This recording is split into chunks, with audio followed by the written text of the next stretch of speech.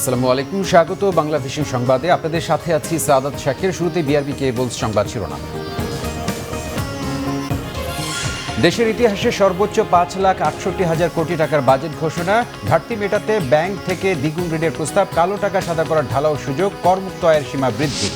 স্বাস্থ্য খাতে অর্থমন্ত্রী সর্বোচ্চ অগ্রাধিকারের কথা বললেও বরাদ্দ বেড়েছে মাত্র 5,500 কোটি টাকা। পর্যাপ্ত নয় বরাদ্দ বলছেন বিশেষজ্ঞরা। জনগণের জীবন জীবিকা বাজেটে উপেক্ষিত বলেছেন আমির খসরু। বিএনপির প্রতিক্রিয়া মন গড়া বলেছেন ওবায়দুল কাদের। গতানুগতিক বাজেট দিয়েছে সরকার, মন্তব্য বিশ্লেষকদের।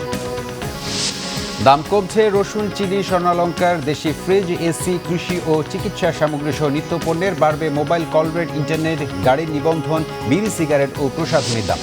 করোনায় দেশে একদিনে আরও 37 জনের মৃত্যু, নতুন শনাক্ত 3,187 জন। উপসর্গে এক সাংবাদিক সহ 12 জেলায় আরও 22 জনের মৃত্যু। দেখছিলেন বিআরবি কেবলস সংবাদ শিরোনাম। পারিবারিক বিস্তারিত।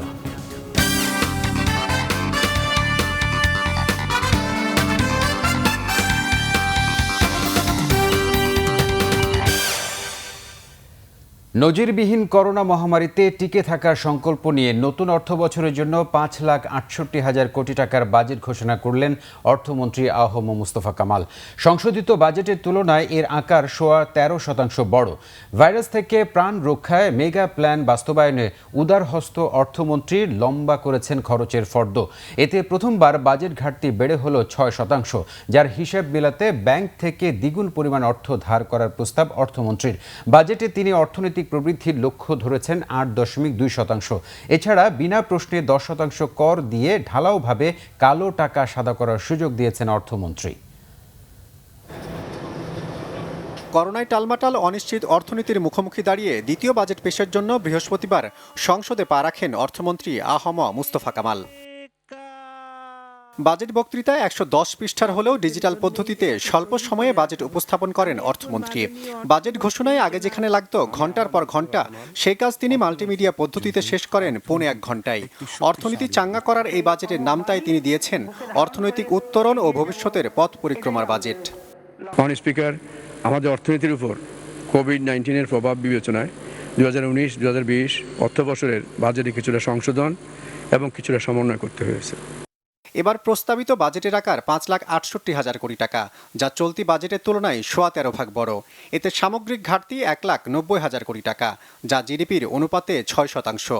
অনুদান সহ ঘাটতির পরিমাণ 1,85,987 কোটি টাকা, যা জিডিপির তুলনায় 5.8%।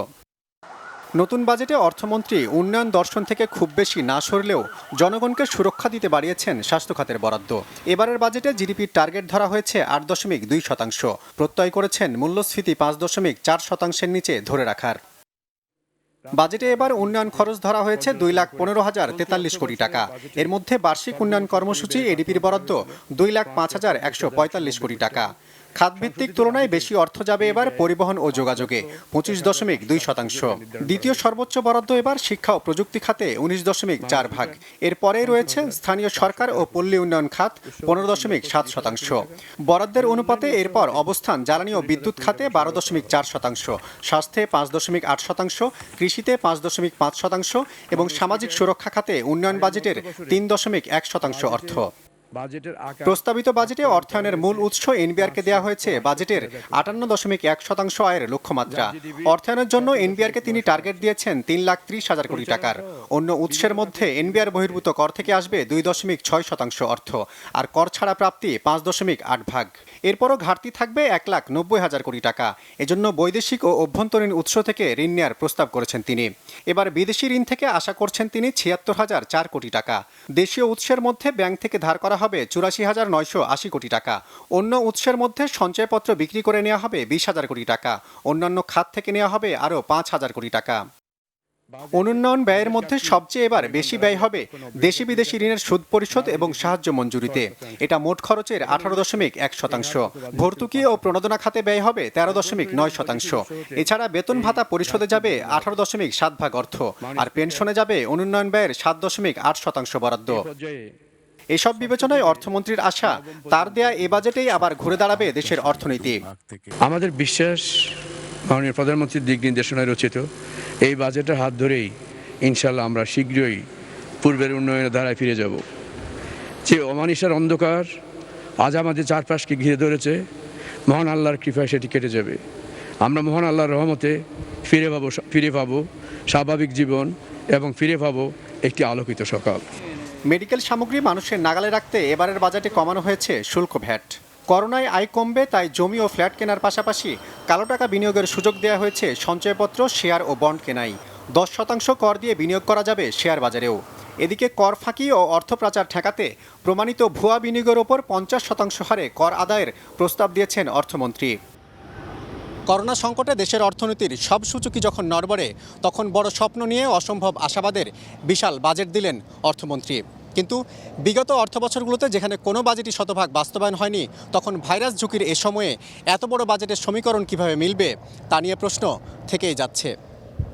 জিয়াউল হক সবুজ, বাংলা ভিশন, ঢাকা। করোনাকালে একেবারে ভিন্ন বাস্তবতায় লক্ষ্যমাত্রার কতটা রাজস্ব অর্জিত হবে? মোটা দাগে এমন অনিশ্চয়তার মধ্যে 3,78,000 কোটি টাকা রাজস্ব আদায়ের লক্ষ্য নির্ধারণ করেছেন অর্থমন্ত্রী। 6% বাজেট ঘাটতির অর্থ সংস্থানে এবার চাপে থাকবে ব্যাংক ব্যবস্থা। সাধারণ করদাতাদের করমুক্ত আয়ের সীমা বাড়িয়ে করা হয়েছে 3 লাখ টাকা। এবারে বাজেটেও বিনা প্রশ্নে সুযোগ দেওয়া হয়েছে কালো টাকা সাদা করার।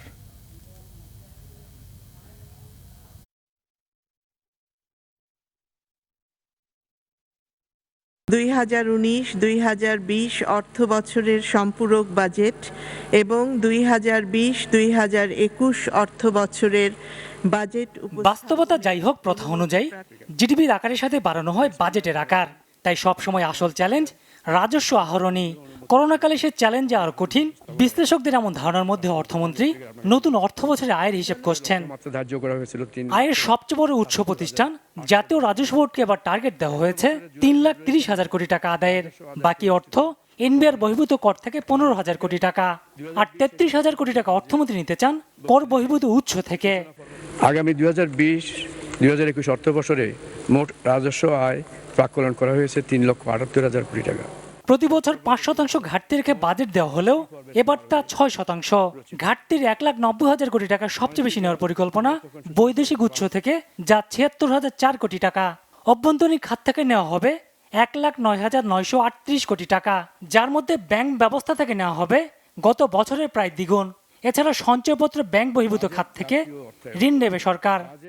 বাজেট ঘাটতির পরিমাণ দাঁড়াবে 1,90,000 কোটি টাকা, যা জিডিপির 6%। এখানে উল্লেখ্য, এই হার গত বাজেটে ছিল 5%। অভ্যন্তরীণ এবং বৈদেশিক উৎস হতে এই ঘাটতি মেটানো হবে। শতাংশের হিসেবে সবচেয়ে বেশি অর্থ নিতে চাই মূল্য সংযোজক কর বা ভ্যাট থেকে, যা মোট 37.9%। এরপরে আয়কর থেকে 31.5%, সম্পূর্ণ শুল্ক আমদানি শুল্ক থেকে যথাক্রমে 17.5% ও 11.5%। এই বছর ভ্যাট থেকে পেতে চাই 1,25,162 কোটি টাকা, আয়কর থেকে 1,03,945 কোটি টাকা। এরপরই সর্বোচ্চ আদায়ের খাতগুলো সম্পূরক শুল্ক ও আমদানি থেকে। ডিজিটাল পদ্ধতিতে গত কয়েক বছর ব্যক্তির করমুক্ত আয়ের সীমা না বাড়লেও এবার বাড়ছে।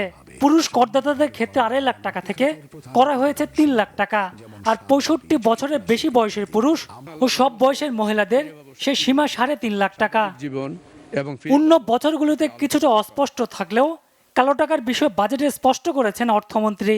জমি, ফ্ল্যাট, নগদ অর্থ, ব্যাংকে গচ্ছিত অর্থ, সঞ্চয়পত্র, শেয়ার বাজার, বন্ড সহ বেশ কয়েকটিতে 10% হারে কর দিয়ে সাদা করার বিধান রাখা হয়েছে। আবগারিদের শুল্ক বাড়ানোর প্রস্তাব করেছেন অর্থমন্ত্রী, তবে 10 লাখ টাকা পর্যন্ত দিতে হবে না। এর বেশি হলে বিভিন্ন ধাপে সর্বোচ্চ দিতে হবে 15,000 টাকা পর্যন্ত। এদিকে করোনার কারণে পুঁজিবাজার তালিকাভুক্ত নন এমন কোম্পানির কর্পোরেট ট্যাক্স 2.5% কমানোর প্রস্তাব করেছেন অর্থমন্ত্রী। তৈরি পোশাক শিল্পের ক্ষেত্রে বহাল থাকছে আগের আয়কর ও উৎসে কর হার। এছাড়া আমদানি ও সম্পূরক শুল্কে নতুন করে হাত দেননি অর্থমন্ত্রী। GM Hasan, Bangla vision, Dhaka. করোনার বড় ধাক্কার পরও স্বাস্থ্য বাজেটে নেই কোনো চমক। 2020-21 অর্থ বছরে স্বাস্থ্য খাতে বরাদ্দ বেড়েছে মাত্র 5,500 কোটি টাকা। করোনা মোকাবেলায় জরুরি চাহিদা মেটাতে বরাদ্দের প্রস্তাব করা হয়েছে 10,000 কোটি টাকা। বিশেষজ্ঞরা বলছেন, করোনার কারণে দেশের স্বাস্থ্য খাতের ভঙ্গুর দশা এখন আরও বেশি স্পষ্ট। এরপরও এ খাতে যে বাড়তি বরাদ্দ দরকার ছিল তা দেয়া হয়নি। দক্ষ যোগ্য জনশক্তি পূর্ণাঙ্গ পরিকল্পনা না হলে বারবার শুধু অর্থ বরাদ্দ ও দুর্নীতি অস্বচ্ছতার মধ্যে ঘুরপাক খেতে হবে বলেও আশঙ্কা তাদের। অবহেলিত স্বাস্থ্য খাত নিয়ে কোভিড-19 মোকাবেলায় বেহাল দশা। এ খাতের বিশৃঙ্খলার চিত্রটা স্পষ্ট। এমনকি করোনা মহামারীতেও স্বাস্থ্য খাতের কেনাকাটায় অনিয়ম দুর্নীতির অভিযোগ উঠেছে। এমন বাস্তবতায় বাজেটে স্বাস্থ্য খাতের দিকেই ছিল সবার নজর। এবারের স্বাস্থ্য খাতের বাজেটের চিত্রটা এমন। 2020-21 অর্থ বছরে স্বাস্থ্যসেবা বিভাগ এবং স্বাস্থ্য শিক্ষা ও পরিবার কল্যাণ বিভাগের জন্য বরাদ্দ করা হয়েছে মোট 29,247 কোটি টাকা।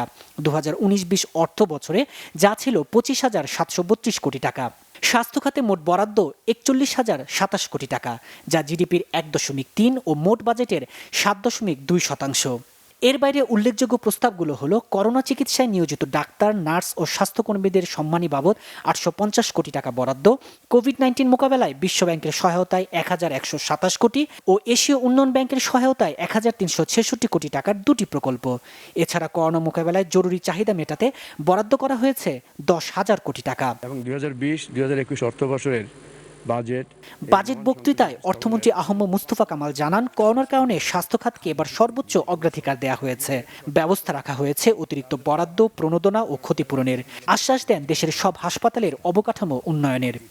কোভিড-19 প্রভাবে বাংলাদেশের স্বাস্থ্য খাতে যে জরুরি এবং অপ্রত্যাশিত আর্থিক প্রয়োজন দেখা দিয়েছে তা মেটাতে এবং অর্থনীতির বিভিন্ন খাতে যে ক্ষয়ক্ষতি হয়েছে তা পুনরুদ্ধারের কৌশল বিবেচনায় নিয়ে মূলত 2020-21 অর্থ বছরের বাজেট প্রস্তুত করা হয়েছে। জনস্বাস্থ্য বিশেষজ্ঞরা বলছেন, বিশ্ব স্বাস্থ্য সংস্থার সুপারিশ জিডিপির মোট 5% স্বাস্থ্য খাতে বরাদ্দ রাখা, অথচ বাংলাদেশে বরাদ্দ হয় 1%-এরও কম। আকৃতি অনুসারে এবার কিছু বরাদ্দ বাড়লেও করোনার কারণে স্বাস্থ্য ব্যবস্থার দৈন্যদশা পূরণে স্পষ্ট দিক নির্দেশনা না থাকায় হতাশ তারা। কিছু অর্থ বরাদ্দ দিলেই কিন্তু মানুষের সমস্যার সমাধান হবে না। জনগণের স্বাস্থ্য সেবাকে পরিপূর্ণভাবে অনুধাবন করে এটি সমাধানের জন্য একটি যোগ্য দক্ষ জনশক্তির দরকার, একই সাথে একটি পূর্ণাঙ্গ পরিকল্পনার দরকার, যে পরিকল্পনা মানুষের আকাঙ্ক্ষাকে, মুক্তিযুদ্ধের আকাঙ্ক্ষাকে ধারণ করে জনগণের জন্য একটি স্বাস্থ্য ব্যবস্থা প্রণয়ন করতে পারবে। সেটি না হলে কিন্তু বারবার আমরা শুধু এই অর্থের বরাদ্দ এবং দুর্নীতি অস্বচ্ছতার ঘুরপাকে কিন্তু আমরা ঘুরতেই থাকি। এদিকে আগামী অর্থ বছরের বাজেটে সামাজিক নিরাপত্তা খাতে মোট 95,574 কোটি টাকা বরাদ্দ রাখা হয়েছে, যা বাজেটের 16.83 ও জিডিপির 3.01%। করোনার কারণে বাড়ানো হয়েছে বয়স্ক ভাতা, বিধবা ভাতা সহ অন্যান্য সামাজিক সুরক্ষা কার্যক্রম। তাইমুর রশিদ, বাংলাভিশন, ঢাকা। বিনিয়োগ ও বাণিজ্য খাতে গতি ধরে রাখতে প্রস্তাবিত নতুন বাজেটে বেশ কিছু পণ্যে কর অব্যাহতির সুবিধা দিয়েছে সরকার। ফলে কৃষি যন্ত্রপাতি, চিকিৎসা সামগ্রী সহ বেশ কিছু নিত্যপণ্যের দাম কমবে। করোনা চিকিৎসায় নির্ধারিত ওষুধের উৎপাদন খরচ ও দাম কমানোর ঘোষণাও দেওয়া হয়েছে বাজেটে।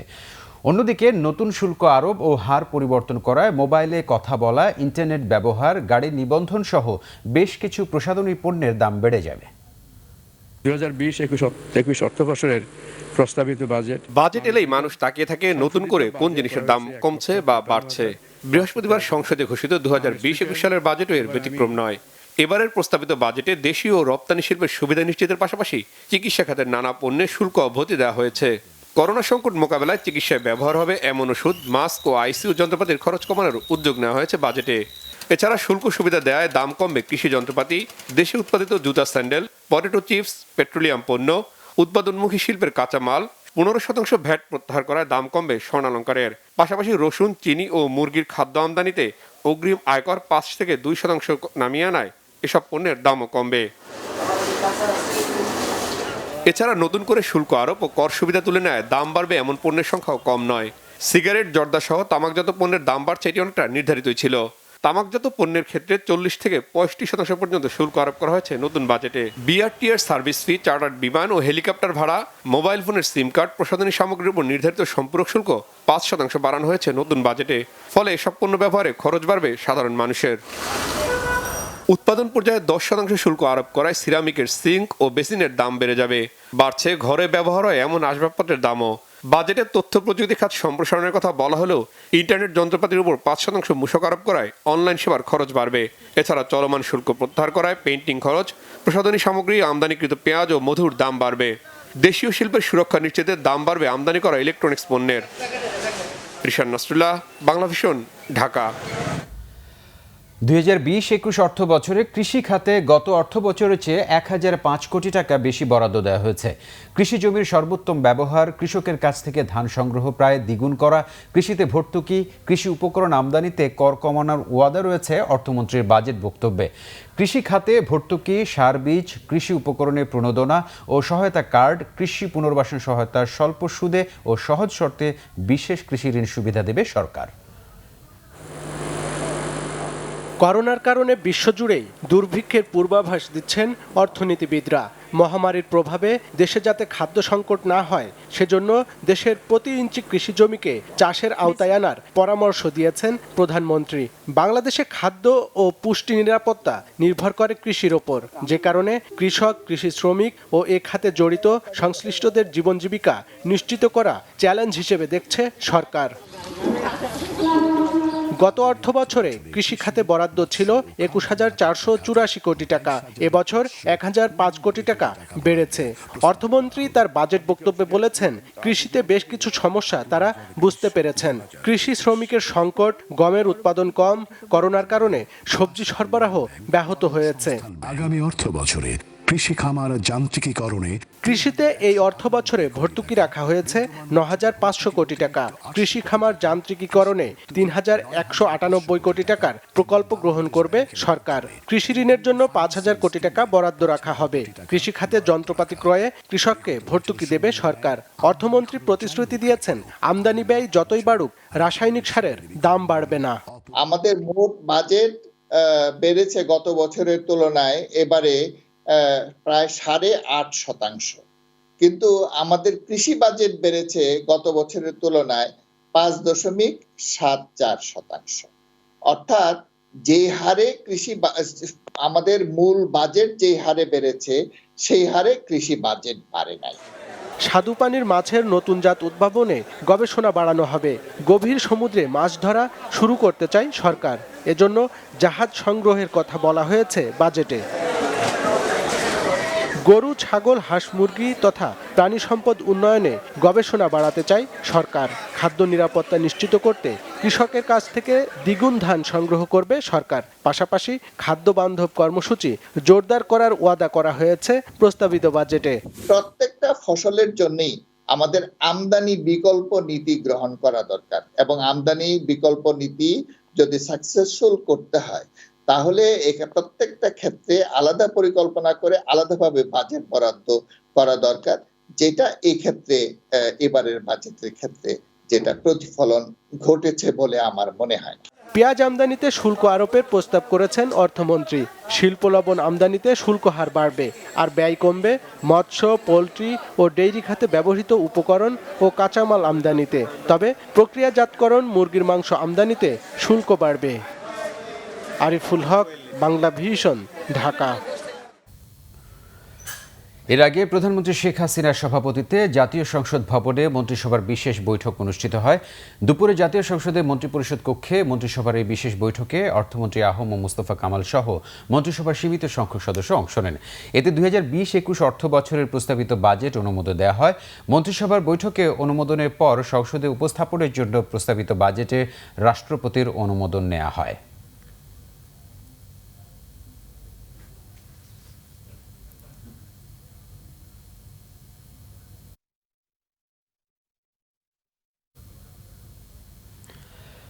জনগণের জীবন, জীবিকা ও মানবতার বিষয়টি এবারে বাজেটে উপেক্ষিত হয়েছে। প্রস্তাবিত বাজেট নিয়ে তাৎক্ষণিক প্রতিক্রিয়ায় অনলাইনে এই মন্তব্য করেন বিএনপি স্থায়ী কমিটির সদস্য আমির খসরু মাহমুদ চৌধুরী। বাজেটে কালো টাকা সাদা করার সুযোগ দেওয়ার কঠোর সমালোচনাও করেন বিএনপির এই নেতা। জনগণের জীবন জীবিকা এবং মানবতার যে বিষয়টি আমি মনে করি সেটা উপেক্ষিত হয়েছে। বাজেটের বরাদ্দের বড় বড় কিছু অংশ যে মেগা প্রজেক্টগুলোতে দেওয়া হয়েছে, যেগুলো ইতিমধ্যে প্রশ্নবিদ্ধ এবং যেগুলো অপেক্ষা করতে পারত, অগ্রাধিকার ভিত্তিতে আসার কোনো প্রয়োজনীয়তা ছিল না এই বাজেটে। অথচ দেশের মানুষের স্বাস্থ্য খাতে, সামাজিক নিরাপত্তা খাতে সবচেয়ে বেশি অগ্রাধিকার দেওয়ার কথা। যে কালো টাকাকে সাদা করা শুধু নয়, যে প্রক্রিয়ায় সাদা করার কথা বলা হচ্ছে, সেটাও দুর্নীতিকে অব্যাহত ভাবে থাকার একটা প্রয়াস আমরা দেখতে পাচ্ছি। বিএনপির বাজেট প্রতিক্রিয়া আগে ভাগে তৈরি করা, মন গড়া, গতানুগতিক ও পুরনো গল্প বলে মন্তব্য করেছেন আওয়ামী লীগ সাধারণ সম্পাদক ওবায়দুল কাদের। তার মতে এ বাজেট করোনার বিদ্যমান সংকটকে সম্ভাবনার রূপ দেওয়ার বাস্তবসম্মত প্রত্যাশার দলিল। সরকারি বাসভবনে বাজেট পরবর্তী তাৎক্ষণিক প্রতিক্রিয়ায় ওবায়দুল কাদের এসব কথা বলেন। এবারে বাজেট ভিন্ন বাস্তবতায়, ভিন্ন বৈশ্বিক প্রেক্ষাপটে তৈরি। এ বাজেট করোনার বিদ্যমান সংকটকে সম্ভাবনা রূপ দেওয়ার বাস্তবসম্মত প্রত্যাশার দলিল। বিএনপির বাজেট প্রতিক্রিয়া আগেভাগে তৈরি করা, মন গড়া, গতানুগতিক পুরানো গল্প। করোনা সংকটের অস্বাভাবিক সময়েও সরকার গতানুগতিক বাজেট দিয়েছে এমন মন্তব্য করেছেন বিশ্লেষকরা। বাজেটে দেয়া রাজস্ব আয়ের টার্গেটকে অবাস্তব, ঘাটতি মেটাতে ব্যাংকিং খাতের উপর নির্ভর, করোনাকালীন সময়ে স্বাস্থ্য, কৃষি ও সামাজিক সুরক্ষা খাতে বরাদ্দ আরও না বাড়ানোর সমালোচনা করেছেন তারা। প্রস্তাবিত বাজেটের এক প্রতিক্রিয়া জানান অর্থনীতিবিদ ও উদ্যোক্তারা। ব্যাংকিং খাত এখন এতিম আর পুঁজিবাজার হলো পঙ্গু। এই দুইটোকে, পঙ্গু এবং এতিমকে নিয়ে অভ্যন্তরীণ উৎস থেকে অর্থ সংগ্রহ করা একটা কঠিন ব্যাপার আর কি। আমার এক কথায় হলো, একটা অসাধারণ সময়ের ভিতরে আমরা একটা সাধারণ বাজেট পেলাম। খালি 100টা ইকোনমিক জোন করলে তার বিনিয়োগ বাড়বে না। আপনার যেটা করতে হবে, সুযোগ সুবিধা, বাইরের লোকজন আসবে, দ্রুত তাদেরকে ডিসিশন দেবেন, কোন রকম, তারপর তাদের কন্ট্রাক্ট গুলো ইম্পোর্ট করা, তারপর ল্যান্ড অ্যাকুইজিশন করা, সেগুলি পাওয়া, এগুলো যথেষ্টভাবে তাদেরকে দ্রুত করতে হবে। টাকা দিলেই হবে না, বরাদ্দ দিলেই হবে, টাকার ইউটিলাইজেশন দরকার, আর যথাযথভাবে যথাসময় ইউটিলাইজ করতে হবে। এবার স্বাস্থ্যটা আরেকটু বেশি এমফেসিস দিতে হবে এবং এটাতে আরো বেশি নজর দিতে হবে। বাজেটের যে কাঠামো, সেই কাঠামোটা একটা দুর্বল কাঠামো নিয়েই আমরা অগ্রসর হচ্ছি বলে আমাদের মনে হয়েছে, কারণ কাঠামোটা বাস্তবসম্মত একটা সম্পদ আহরণের উপরে এটা গড়ে ওঠেনি।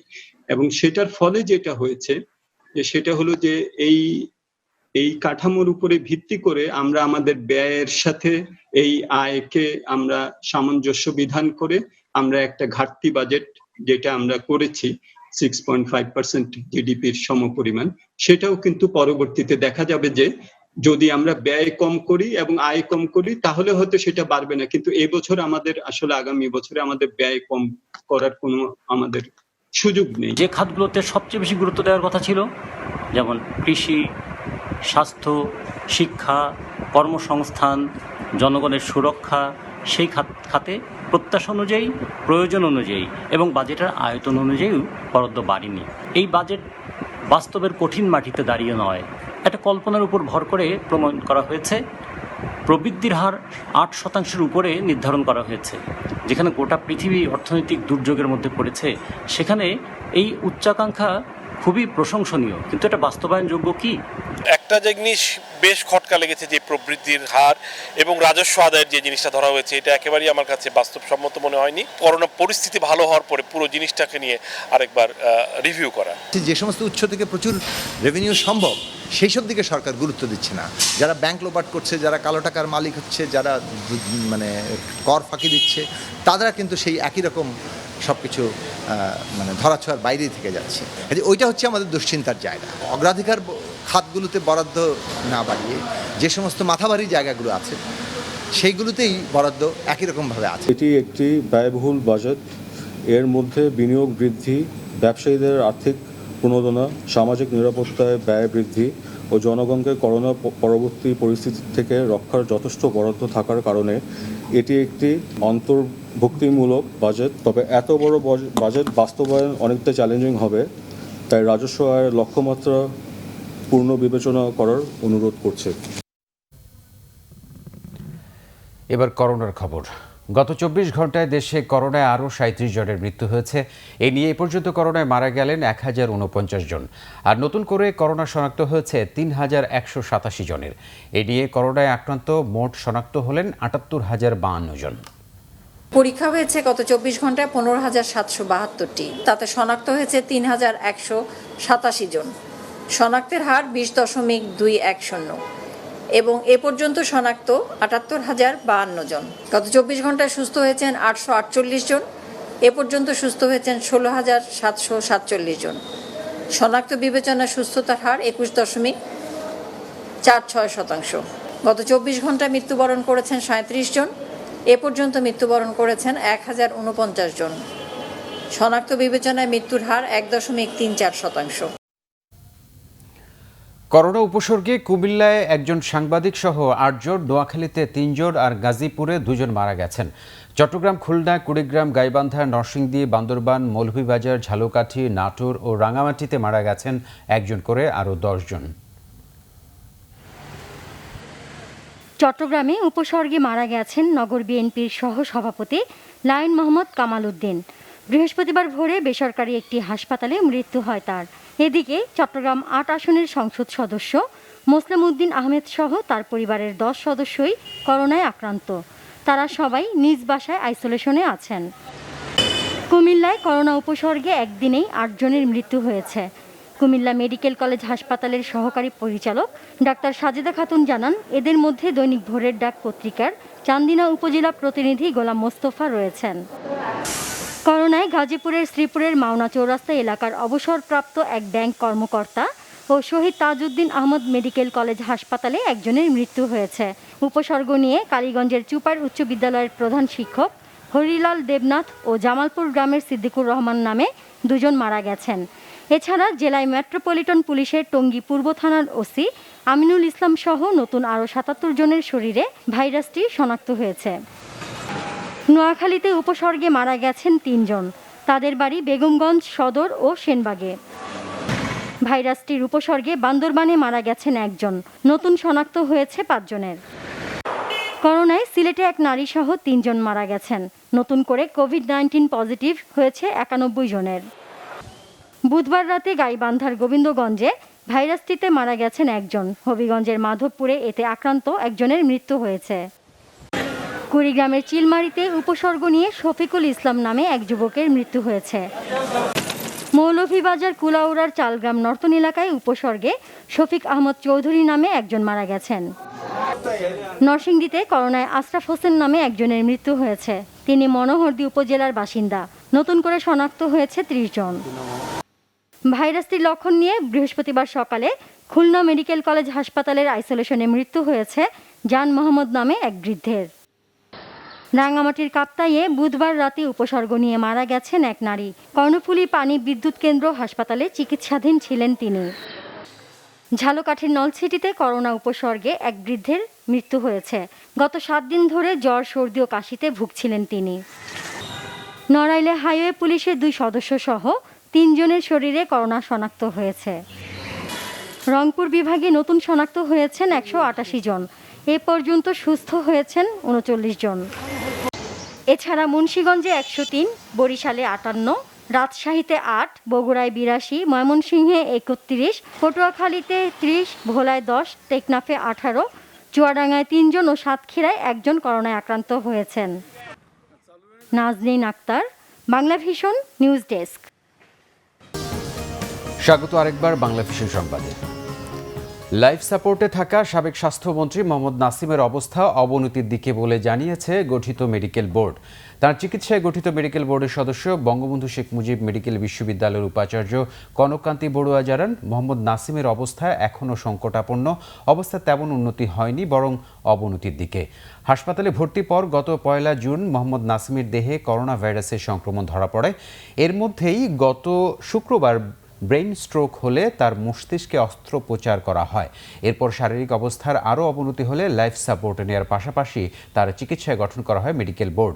এরপর 2 দফা করোনা ভাইরাসের নমুনা পরীক্ষার ফল নেগেটিভ এলেও লাইফ সাপোর্টে থেকে তাকে এখনও বের করা সম্ভব হয়নি। আওয়ামী লীগের সভাপতিমণ্ডলীর সদস্য মোহাম্মদ নাসিম শ্যামলীর বাংলাদেশ স্পেশালাইজড হাসপাতালে চিকিৎসাধীন আছেন। আওয়ামী লীগ নেতারা মনে করেন শেখ হাসিনার কারামুক্তির মাধ্যমে বাংলাদেশে গণতন্ত্র মুক্তি পেয়েছে। 111-এ কুশীলবদের এরই মধ্যে জনতার আদালতে বিচার হয়েছে বলেও মনে করেন তারা। আওয়ামী লীগের সভানেত্রী ও প্রধানমন্ত্রী শেখ হাসিনার কারামুক্তি দিবসে এসব কথা বলেন নেতারা। দীর্ঘ প্রায় 11 মাস কারাভোগের পর 2008 সালের 11ই জুন সংসদ ভবন চত্বরে স্থাপিত বিশেষ কারাগার থেকে মুক্তি পান শেখ হাসিনা। সেনা সমর্থিত 111-এর তত্ত্বাবধায়ক সরকারের সময় 2007 সালের 16 জুলাই গ্রেফতার করা হয় বর্তমান প্রধানমন্ত্রী শেখ হাসিনাকে। সে সময় কারাগারের অভ্যন্তরে অসুস্থ হয়ে পড়েন তিনি। তখন বিদেশে চিকিৎসার জন্য তাকে মুক্তি দেওয়ার দাবি ওঠে বিভিন্ন মহল থেকে। আওয়ামী লীগ সহ অন্যান্য অঙ্গ ও সহযোগী সংগঠনের ক্রমাগত চাপ, আপোষহীন মনোভাব ও অনড় দাবির প্রেক্ষিতে তৎকালীন তত্ত্বাবধায়ক সরকার শেখ হাসিনাকে মুক্তি দিতে বাধ্য হয়। এরপর থেকে দিনটি শেখ হাসিনার কারামুক্তি দিবস হিসাবে পালন করে আসছে আওয়ামী লীগ। পরে 2008 সালের 29 ডিসেম্বরের জাতীয় নির্বাচনে ঐতিহাসিক বিজয়ের মাধ্যমে 2009 সালের 6 জানুয়ারি তার নেতৃত্বাধীন আওয়ামী লীগ সহ মহাজোট সরকার গঠিত হয়। আওয়ামী লীগ নেতারা মনে করেন রাজনীতির থেকে বিচ্ছিন্ন করতেই সাজানো মামলায় শেখ হাসিনাকে গ্রেপ্তার করেছিল 111-এর কুশীলবরা। 2008 সালের এই দিনে গণতন্ত্রের মানুষ কন্যা বঙ্গবন্ধু কন্যা জননেত্রী শেখ হাসিনা দীর্ঘ 11 মাস কারাভোগের পর জনগণের আন্দোলনের প্রেক্ষিতে তিনি মুক্তি লাভ করেছিলেন। জনগণ কোনো অবস্থাতেই এই গ্রেপ্তারকে মেনে নিতে পারে নাই, আর পারে নাই বলে আওয়ামী লীগের হাজার হাজার লাখ লাখ নেতাকর্মী আন্দোলনে ঝাঁপিয়ে পড়েছিল শেখ হাসিনার মুক্তির আন্দোলনে। শেখ হাসিনাকে মাইনাস করার ফর্মুলা যারা বাস্তবায়ন করতে চেয়েছিল তাদের বিচার হয়ে গেছে বলেও মনে করেন নেতারা। বলেন ভবিষ্যতে যাতে অবৈধভাবে কেউ আর ক্ষমতায় আসতে না পারে সে বিষয়ে কঠোর আইন করা হয়েছে। সেদিন দলের অভ্যন্তরে কিছু ভীরুতা, দোদুল্যমানতা থাকার কারণে, আপোষকামিতার কারণে কিছু আপোষকামী নেতা, এই আওয়ামী লীগের উচ্চাভিলাষী নেতারাও সেদিন এই মিলিটারি এই উচ্চাভিলাষীদের সঙ্গে হাত মিলিয়েছিল। যারা এই 111-এর কুশীলব ছিলেন, 111-এর সুবিধাভোগী ছিলেন, আমি মনে করি জনতার আদালতে ইতিমধ্যেই তাদের বিচার হয়ে গেছে এবং তারা 111-এর মতো পরিস্থিতি তৈরি করার আর কোনোদিন সুযোগ পাবে।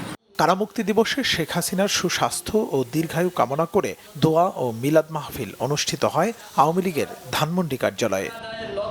মুহিবুল্লাহ মুহিব, বাংলা ভিশন, ঢাকা। দেশের প্রয়োজনে সেনাবাহিনী বেড়িবাঁধ নির্মাণ সহ যে কোনো কাজ করতে প্রস্তুত বলে জানিয়েছেন সেনাপ্রধান জেনারেল আজিজ আহমেদ। তিনি বলেন, বড় বড় ড্রেজিংয়ের কাজ, চট্টগ্রামের জলাবদ্ধতার মেগা প্রজেক্ট সেনাবাহিনী করছে। সিরাজগঞ্জ ও জামালপুরে বাঁধ রক্ষার কাজও সেনাবাহিনী সফলভাবে করেছে বলেও দাবি করেন সেনাপ্রধান। ঘূর্ণিঝড় আম্পানে ক্ষতিগ্রস্ত এলাকা পরিদর্শনের আগে সাতক্ষীরা সার্কিট হাউসে সাংবাদিকদের বিভিন্ন প্রশ্নের উত্তর দেন সেনাবাহিনী প্রধান জেনারেল আজিজ আহমেদ। তিনি আরও বলেন, সুপেয় পানি সংকটেও সহায়তা করতে প্রস্তুত রয়েছে সেনাবাহিনী। সংশ্লিষ্টরা চাইলে ওয়াটার ট্রিটমেন্ট প্ল্যান্ট সরবরাহের ঘোষণাও দেন আজিজ আহমেদ। এছাড়া ঘর নির্মাণ সহ খাদ্য সহায়তাও দিয়ে যাচ্ছেন সেনা সদস্যরা। গর্ভবতী নারীদের চিকিৎসায় সেনাবাহিনীর মেডিকেল কোরের সদস্যরা কাজ করবেন বলেও জানান সেনাপ্রধান জেনারেল আজিজ আহমেদ।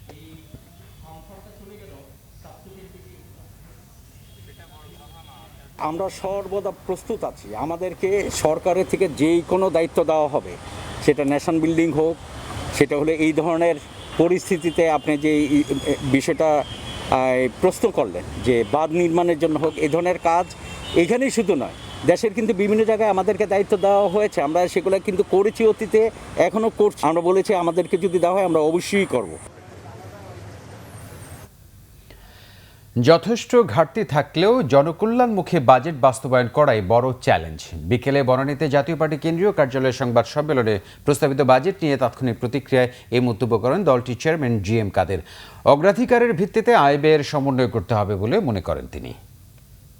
সরকারের পক্ষ থেকে জনকল্যাণমূলক একটি বাজেট দেওয়ার চেষ্টা করা হয়েছে এবং যে কোনো জায়গায় জনগণের প্রয়োজন মনে করা হয়েছে সেখানে যথেষ্ট পরিমাণে টাকা বাজেটে বরাদ্দ করা হয়েছে, কিন্তু সেখানে দেখা যাচ্ছে যে বাজেটে একটা বড় ধরনের ঘাটতি, প্রায় 1,85,000 কোটি টাকার মতো বাজেট ঘাটতি, এবং আয়ের যে একটা হিসাব দেওয়া হয়েছে সেটাও গত বছরের স্বাভাবিক পরিস্থিতির আয়ের তুলনায় আরও বেশ কিছু বেশি, যেটা কিছুটা হলেও আমরা মনে করি অতটুকু বাস্তবায়ন সম্ভব হবে না। সেক্ষেত্রে আয়ের তুলনায় ব্যয় যেহেতু বেশি হওয়ার সম্ভাবনা আছে এবং ঘাটতি বাজেট যথাযথভাবে যেন যথাযথ খাত নির্দিষ্ট করে যেন বাজেট বরাদ্দগুলি খরচ করা হয় এবং সেইভাবে বরাদ্দ দেওয়া হয়, সেদিকে একটি দৃষ্টি দিয়ে আমার মনে হয় বাজেট বাস্তবায়ন করতে হবে। এদিকে নতুন প্রস্তাবিত বাজেট নিয়ে সাধারণ মানুষের মধ্যে রয়েছে মিশ্র প্রতিক্রিয়া। তামাকজাত পণ্যের দাম বাড়ানোর পক্ষে সাধুবাদ দিলেও আমদানিকৃত পেঁয়াজ, মোবাইল কল রেট, মশার কয়েলের মতো পণ্যের দাম বাড়ানোয় অসন্তোষ ছিল কারো কারো মধ্যে। গাড়ি হলো তো বিলাসদ্রব্য, ওইটা তো বড় লোকেরা করে, ওগুলো যতই বাড়াক, যেমন বিড়ি সিগারেট, ওইটা সবচেয়ে বড় ক্ষতি। ওইটা এখন যে রেট আছে তার ডবল করলেও সবচেয়ে ভালো হয়। গাড়ির রেজিস্ট্রেশন কস্ট অবশ্যই বাড়ানো উচিত। গাড়ি আমাদের দেশে এত ব্যক্তিগত গাড়ি হয়েছে, কিছু কিছু পরিবারে একাধিক আছে, যেটার জন্য আমাদের সাধারণের চলাফেরার অত্যন্ত বিঘ্ন হচ্ছে। আমরা আমাদের কাঙ্ক্ষিত সময়ের মধ্যে আমাদের কাঙ্ক্ষিত জায়গায় আমরা পৌঁছাতে পারতেছি না। আমদানিকৃত পেঁয়াজের দাম বাড়ানো হয়েছে এবং মোবাইল সামগ্রীর দাম এবং মোবাইল কল রেট বাড়ানো হয়েছে। এটাতে আমাদের উপরে চালানো এটা আমাদের জন্য খুবই কষ্টসাধ্য হবে। এটা কোনো যুক্তির ভিতরে পড়ে না, কারণ এটা আমাদের ইনকাম একদম একবারেই নেই বললে চলে। এই যে মাথাগুলি একসময় মনে করেন যে দাম ছিল 15 টাকা 20 টাকা, বর্তমানে এগুলা দেখা যায় 75 টাকা 70 টাকা পাইকারি বিক্রি করতেছে। তাহলে এইগুলা যদি আরো কমে হইতো তাহলে সাধারণ মানুষও কিনে সুবিধা পাইতো, আমগরে বিক্রি করতে ভালো হইতো। লকডাউন করা হলেও রাজধানীর পূর্ব রাজাবাজারে অনেকে নানা অজুহাতে আইনশৃঙ্খলা বাহিনীর চোখ ফাঁকি দিয়ে বের হওয়ার চেষ্টা করছেন। তবে যাচাই বাছাইয়ের পরই ঢুকতে আর বেরোতে দিচ্ছে পুলিশ। এর মধ্যে এলাকাটিতে করোনার উপসর্গ নিয়ে মারা গেছেন সেলিম নামের একজন। করোনা সংক্রমণ ঠেকাতে পরীক্ষামূলকভাবে শুরু হওয়া রাজধানীর পূর্ব রাজাবাজারে চলছে লকডাউনের দ্বিতীয় দিন। প্রায় 50,000 বাসিন্দাদের চলাচলে রয়েছে 8টি গেট, তবে খোলা রয়েছে মাত্র 1টি। জরুরি প্রয়োজন বা অনুমতি ছাড়া এলাকাবাসীর চলাচলে রয়েছে নিষেধাজ্ঞা। স্যার আমাকে একটা আদেশ করে দিয়েছে যাতে আমি অফিসে নিয়মিত আসতে পারি, কারণ স্যার অফিসে আসলে তো আমাকেও যেতে হয়। ম্যাক্সিমামটাই দেখি যে আপনার বাইরে কেসি গেটগুলো বন্ধ করাই আছে, লোক তেমন একটা বের হচ্ছে না। প্রবেশ বা বের হতে অনেকে দিচ্ছেন নানা অজুহাত, বলছে পুলিশ। মানুষ বের হওয়ার জন্য নানা অজুহাত দেখাচ্ছে, যে পুরাতন প্রেসক্রিপশন নিয়ে আসতেছে, কারো মা অসুস্থ, বাবা অসুস্থ, কারো ডাক্তার অ্যাপয়েন্টমেন্ট আছে, নানান অজুহাত দেখাচ্ছে। আমরা যতটা সময় যাচাই বাছাই করতেছি, কারো যদি ডাক্তার অ্যাপয়েন্টমেন্ট থাকে আমরা ওইটা যে SMS এর মাধ্যমে নিশ্চিত করে অ্যাপয়েন্টমেন্ট আমরা SMS দেখে, ওই যদি সিরিয়াস রোগী থাকে তাহলে আমরা ওটা বেরোতে দিচ্ছি। জরুরি পণ্য, ওষুধ সহ বেশ কিছু যানবাহন প্রবেশের অনুমতি রয়েছে। এছাড়া জরুরি সেবা পেতে খোলা হয়েছে কন্ট্রোল রুম। যারা ফোন দিচ্ছে জরুরি সেবাগুলো যেমন খাদ্য, চিকিৎসা আমরা সব নিশ্চিত করছি। আর এখান থেকে পার্সেল যতগুলো আছে ভিতরে প্রবেশ করবে সেগুলো আমাদের ভলেন্টিয়ারের মাধ্যমে আমরা বাসা বাসা পৌঁছে দিচ্ছি। পূর্ব রাজাবাজারে হোম কোয়ারেন্টাইনে থাকা সেলিম নামে একজনকে শ্বাসকষ্ট হলে বৃহস্পতিবার ভোরে নেওয়া হয় হাসপাতালে, পরে মৃত্যু হয় তার। এমন হয় নিঃশ্বাস ফেলাইতে পারতেছে, আমি ওরে বলতে উনি দেখছি বাথরুমে গেছে, ওনার আবার পাতলা পায়খানা হয়েছে 2-3টা দিয়ে উনি মনে উঁচু সব কিছু করছে। আমি একটা দিই উনি এইভাবে বেরোচ্ছে আর উপরে কি ইয়ে করে এখানে তখন আমি বলছি এই আপনি কি আপনার কি হয়েছে বলেন কি। জিয়া খান, বাংলা ভিশন, ঢাকা।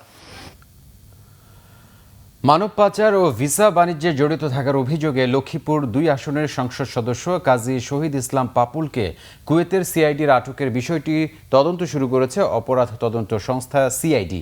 বৃহস্পতিবার দুপুরে রাজধানী মালিবাগে সিআইডি কার্যালয়ে অর্গানাইজড ক্রাইমের ডিআইজি ইমতিয়াজ আহমেদ বলেন, লিবিয়ায় মানব পাচারের ঘটনায় আরও 5 জনকে গ্রেফতার করা হয়েছে। এছাড়া 3 জন মানব পাচারকারীর বিরুদ্ধে মানি লন্ডারিং মামলার প্রস্তুতিও চলছে বলে জানান তিনি। সম্প্রতি কুয়েতে আটক সংসদ সদস্য কাজী শহীদ ইসলাম পাপুলের বিষয়ে তিনি বলেন, ঘটনাটি তদন্ত করছে কুয়েতের সিআইডি। সরাসরি তাদের সাথে যোগাযোগ করা যায়নি, তবে পুলিশ সদর দপ্তরের মাধ্যমে স্বরাষ্ট্র মন্ত্রণালয়ের কাছে পাপুল সম্পর্কে তথ্য চাওয়া হয়েছে। সেখানে যখন ভিকটিমের পরিবার মুক্তিপণ দেয় তখন তাকে আবার সেখান থেকে দুবাই পাঠিয়ে দেওয়া হয়। আমরা আমাদের মতো তথ্য সংগ্রহের চেষ্টা করছি, বাট এটা তো গভর্নমেন্ট টু গভর্নমেন্ট এই কমিউনিকেশনগুলো হয়। তো আমরা আবার গভর্নমেন্ট থেকে আমাদের মন্ত্রণালয়ের মাধ্যমে অবশ্যই তথ্য পাবো। সেই তথ্য পেলে পরবর্তীতে এই তথ্য পর্যালোচনা করে আমরা পরবর্তী ব্যবস্থায় যাব। তো বললাম যে 2 সপ্তাহ করোনা মোকাবেলায় করণীয় নির্ধারণ, বিপর্যস্ত অর্থনীতি এবং জীবন ও জীবিকা রক্ষার বিষয়টি আলোচনার জন্য ওআইসির দেশভুক্ত পররাষ্ট্র মন্ত্রীদের একটি বিশেষ কাউন্সিল ডাকার প্রস্তাব করেছে বাংলাদেশ।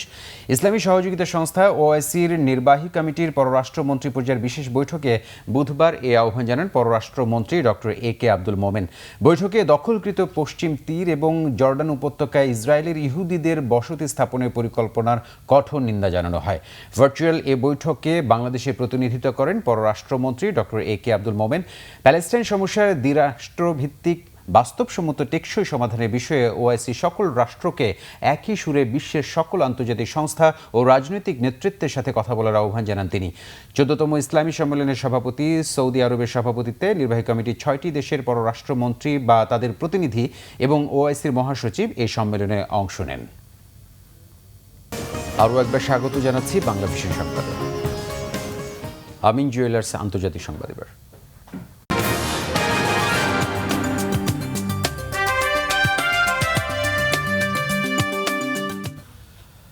করোনায় বিভিন্ন দেশে মৃতের সংখ্যা বেড়ে 4,19,700 ছাড়িয়েছে। আক্রান্ত 75 লাখের কাছাকাছি। সুস্থের সংখ্যা ছাড়ালো 38 লাখ। আক্রান্তের দ্বিতীয় ও মৃতের তালিকায় তৃতীয় স্থানে থাকা ব্রাজিলের মৃতের সংখ্যা বেড়ে 39,800 ছাড়িয়ে গেছে। আক্রান্ত 7,75,000-এর বেশি। ল্যাতিন আমেরিকার মৃতের সংখ্যায় দ্বিতীয় অবস্থানে থাকা মেক্সিকোয় এ পর্যন্ত 15,003 শতাধিক নাগরিকের মৃত্যু হয়েছে। আক্রান্ত 1,29,000-এর বেশি। মৃতের সংখ্যা বেড়েই চলেছে পেরু, চিলি, বলিভিয়া সহ ল্যাতিন আমেরিকার দেশগুলোতে। এদিন যুক্তরাষ্ট্রে মৃতের সংখ্যা পৌঁছেছে 1,15,000-এ, আর আক্রান্ত 20,67,000-এর বেশি। এছাড়া যুক্তরাজ্যে 41,000-এর বেশি, রাশিয়ায় 6,500, ভারতে 8,000, পাকিস্তানে 2,003 শতাধিক মারা গেছেন। টানা 20তম দিনের মতো করোনায় প্রাণহানি ছাড়া থাকার সুখবরে স্বস্তিতে রয়েছে নিউজিল্যান্ড। সেখানে এ যাবৎ মারা গেছে 22 জন। টানা কয়েকদিনের ধারাবাহিকতায় করোনায় আর কেউ মারা যায়নি স্পেনে।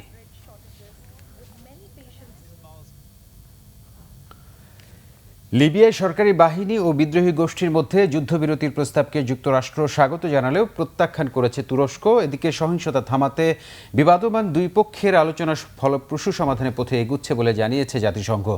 যুদ্ধবিরতির জন্য মিশরের উত্থাপিত প্রস্তাব নাকচ করে তুরস্কের পররাষ্ট্রমন্ত্রীর দাবি, লিবিয়ার সেনাবাহিনীর পক্ষ ত্যাগ করা জেনারেল খলিফা হাফতাবের অনুগত মিলিশিয়া বাহিনীকে রক্ষা করার অপচেষ্টা এটি। সম্প্রতি জাতিসংঘ সমর্থিত লিবিয়ার ঐক্যমত্যের সরকার জিএনএ-এর বাহিনী তুরস্কের সামরিক সহায়তায় হামলা চালালে রাজধানী ত্রিপোলি থেকে পিছু হটে হাফতাবের মিলিশিয়ারা। টানা 14 মাস ত্রিপোলিতে ঘাঁটি গেড়েছিল হাফতাব বাহিনী। এই মিলিশিয়াদের হামলায় গেল মাসে 26 বাংলাদেশি নিহত ও 11 জন আহত হয়। ত্রিপোলি দখল হাতছাড়া হবার পর গেল সোমবার যুদ্ধবিরতি প্রস্তাব উত্থাপন করে মিশর। এর ধারাবাহিকতায় মধ্যস্থতা আলোচনা শুরু করে জাতিসংঘ। একে স্বাগত জানিয়ে দ্রুত এর বাস্তবায়ন দেখতে চেয়েছেন মার্কিন পররাষ্ট্রমন্ত্রী মাইক পম্পেও। সহিংসতায় যুক্ত হওয়া রাশিয়া সহ অন্যান্য দেশের হস্তক্ষেপ মুক্ত হয়ে সঠিক সিদ্ধান্ত নিলে লিবিয়ার জনগণের প্রতি আহ্বান জানিয়েছেন তিনি। মার্কিন প্রেসিডেন্ট ডোনাল্ড ট্রাম্পের সাথে ফোন আলাপে যুদ্ধবিরতিতে সমর্থন পাওয়ার দাবি করেছেন মিশর president Abdul Fattah al CC. সংবাদ শেষ করব বিআরবি কেবল শিরোনামগুলো আরেকবার জানিয়ে দিই। দেশের ইতিহাসে সর্বোচ্চ 5,68,000 কোটি টাকার বাজেট ঘোষণা। ঘাটতি মেটাতে ব্যাংক থেকে দ্বিগুণ ঋণের প্রস্তাব। কালো টাকা সাদা করার ঢালাও সুযোগ। করমুক্ত আয়ের সীমা বৃদ্ধি। স্বাস্থ্য খাতে অর্থমন্ত্রী সর্বোচ্চ অগ্রাধিকারের কথা বললেও বরাদ্দ বেড়েছে মাত্র 5,500 কোটি টাকা। পর্যাপ্ত নয় বরাদ্দ বলছেন বিশেষজ্ঞরা। কালো টাকা সাদা করার সুযোগের কঠোর সমালোচনা বিএনপির। করোনার অস্বাভাবিক সময়েও গতানুগতিক বাজেট দিয়েছে সরকার। রাজস্ব আয়ের টার্গেট অবাস্তব মন্তব্য বিশ্লেষকদের। দাম কমছে রসুন, চিনি, স্বর্ণালংকার, দেশি ফ্রিজ, এসি, কৃষি ও চিকিৎসা সামগ্রী সহ নিত্য পণ্যের। বাড়বে মোবাইল কল রেট, ইন্টারনেট, গাড়ির নিবন্ধন, বিড়ি, সিগারেট ও প্রসাধনী। করোনায় দেশে একদিনে আরও 37 জনের মৃত্যু। নতুন শনাক্ত 3,187 জন। উপসর্গে এক সাংবাদিক সহ 13 জেলায় আরও 23 জনের মৃত্যু। এই ছিল এখনকার মতো। পরের সংবাদ রাত 10:30 দেখার আমন্ত্রণ রইল। এছাড়া বাংলা ভিশন সংবাদ ও সংবাদ সংশ্লিষ্ট অনুষ্ঠান লিখতে লগ ইন করুন facebook.com/বাংলাভিশন এবং সাবস্ক্রাইব করুন youtube.com/বাংলাভিশন নিউজ। ধন্যবাদ এতক্ষণ সাথে থাকার জন্য।